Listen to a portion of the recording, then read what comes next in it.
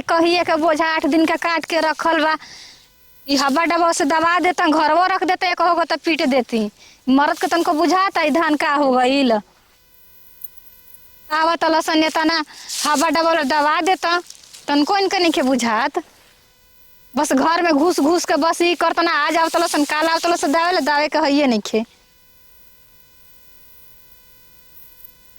ये चौथुआ के हर गाड़ी लेके चल गइल बा, कुछ था पता लागत हइये नहीं खे। अब बतौलो कि हेरे बानी आ गड़िया लौकत हइये नहीं खे, कहाँ आहे पर जाई। दाएं देखा के बाएं नहीं खे ना मार देले हैं, लागत कहीं दूसरा और लेके का जी आ गई नी का? आई गाड़ी वाला बनतनी कह के आवत नहीं खींच जा। ए गाड़ी वाला का बने के बाए कर में हो, टाइम मिली तबे ना आदमी यही होन। आपके टाइम नहीं मिला, जहाँ सब राह बतावत जहाँ कम बतावते नहीं खींच जा। आए का करबू, मोट माल के करे ना पसंद होखला। अब जहाँ सब रहे पैसा मिली तो है ना आदमी गाड़ी भिड़ोई हो। तब हमार ना दवाई ना ये ना कहत बानी जा। ए दवाई लेकिन तो माल धान खराब हो गल, कहिए कि आपके हाथ बटे दावत नहीं खींच जा। हमारे चलते खराब भइल बता हर धान। हाँ ये तो भगवान के देन हो कि बोरिस गइलो। हाँ बड़ा वाला बनतनी की। अब टाइम मिली तबे ना हम आई, हम कहाँ बनत आपके कह देवे के चाहिए ना, तो हम उनसे घरवा धरवा के कहोगे बोझा पीट देले रहती, माल तो नुकसान हो गल।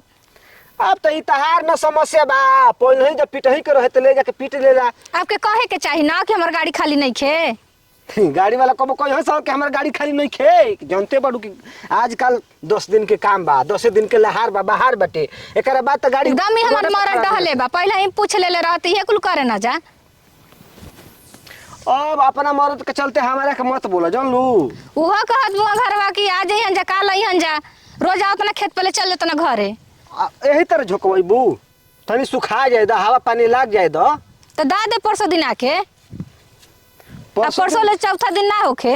परसों दिन तो ना ही तैयार होई, पूरा भीज गइल बाटे। अब पसरवा देते नहीं, 2 दिन घाम में तो सुखा जाई। हाँ ये बात बढ़िया कर, पसरा जाई तो झोंका जाई।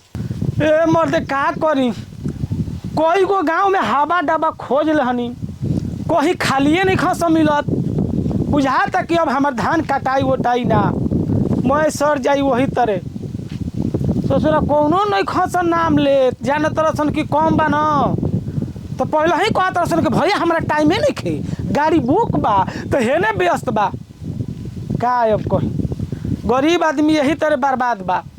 चलो छोड़ा जाए तो देवी मत कहो कि फिर हम टाइम नहीं खे, तहीं आ गई तो हूँ आ गई। ना ना ऐसा कोनो बात नहीं के हो। कहो भैया आ गई लो। का जी कहाँ रहनी, कबे का हवा डबा खोजत रही यहाँ के यहाँ में बानी। अरे पगली हम हूँ तो हवे डबा खोजे गई रहनी, भैया से कले रहनी। अब कहिए के कहता नहीं 8 दिन 10 दिन हो गए कि हम आज लिए तो कल लिया, यहाँ से कहला ही नहीं खी। भैया ले हम हूँ कले रहनी तो कहता ना कि हमारा पास टाइमे नहीं खे, हम एने ओने हमार गाड़ी बाझल भी है काटे में, सबरा धान मिल जाता बड़का बड़का गाला। तो भैया जी कहनी ही ना कि दबा जाई पसार देव। कहा भैया तारा हमार हरी धान दावे के टाइम नहीं खे, लेकिन हमारा मेहरारू से बतियावे के टाइम बा ना। ए मर्द तू का अनाप शनाप बकत रह, हम तो रास्ता पकड़ के जात रहनी, रोक के बतियावे लगल ही कि कहिया हमार धान दवाई, हमारे में कमी बा। तो धान दबावे के बात तो कहबे ना करी कि भैया दा दो, लेकिन तारा भी टाइम बा ना कि हमारे मेहरारू से बतियावत रह, लेकिन ये टाइम नहीं खे कि 5 मिनट के खेला बा, एक झमेला खत्म कर दी गड़िया लिया के।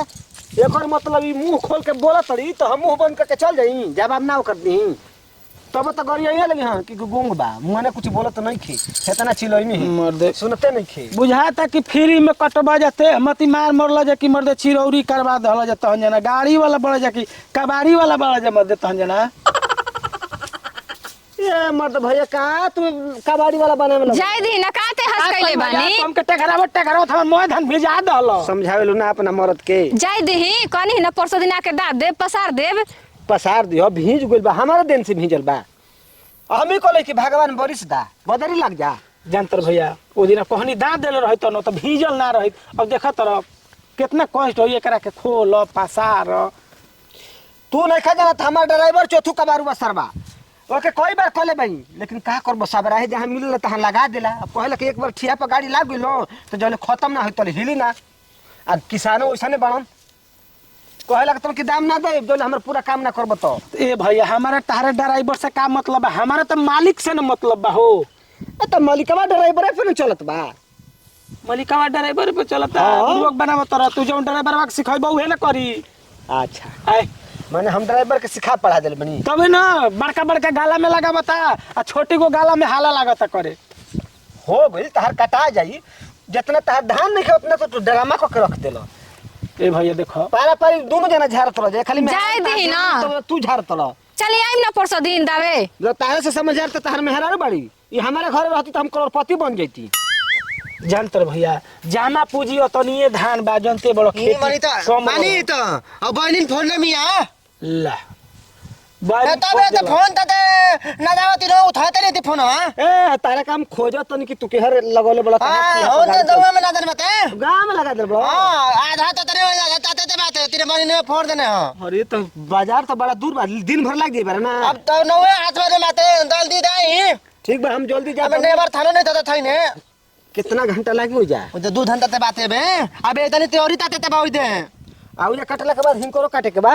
हिंतन हाँ? आने माने फोन आ तमान फोन पर फोन देबे नितान तो जाए ते बहु त पेतनपुर ए भैया तार धान ताते बाई जा बात है ई त ड्राइवर हम ये हमारा ड्राइवर हम तो कह दो भैया काट देवे के। अब देखो तर ना अब कैसे बतिया लो जे ड्राइवर से आ गिल ड्राइवर बनो।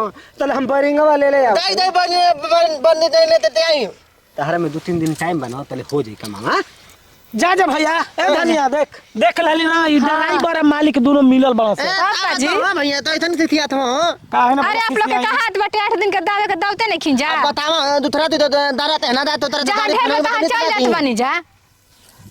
जा दे भैया जैसा में तू ड्राइवर अब वैसा में तहार मालिक जा 2 दिन ते बाद थानी हो जाते तेरे बाद आते मार देते थे आके मार दे बनो। हां मार देते तोनो बात नहीं थे टेंशन मत ना अब जानते बनो दूसरा ते दाना ते तू दाई ना दा दे वापस नहीं ते बता थिया दियो हो हाँ, चलो ठीक बाकी आके दान अथी ते बता दे टेंशन मत ना बुलाई मत चल आइब। हां चल आइब दावे। ठीक बात निंदा दब धने भूत नादन बाते थाना ते पहुंचर देखत है ना धनिया हाँ ई कैसे कैसे करत से ड्राइवर मालिक। अरे बोर्ड कुल्ला हुआ सो नान के कुछ ना जाने लस अब मालिक ले कहता नहीं तो मालिक का कहता ड्राइवर जानी। ड्राइवर से बतिया लो। हाँ आ ड्राइवर से बतियावत नहीं तो 3-5 पढ़ता कि ओजे कहता- मशीन लागल बा हाँ ओजे और आदमी के दामे के बा।